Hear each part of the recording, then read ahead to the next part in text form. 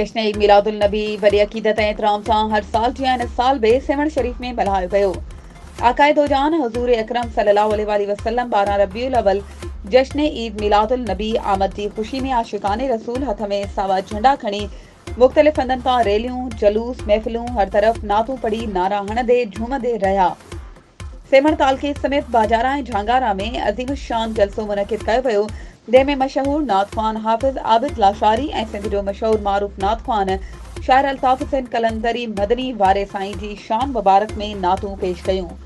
जलसे के ख़िताब कंदे अल्लामा मौलाना मौलवी शेर कलंदर मोहम्मद असलम सोलंकी कादरी ख़िताब पिण कयो।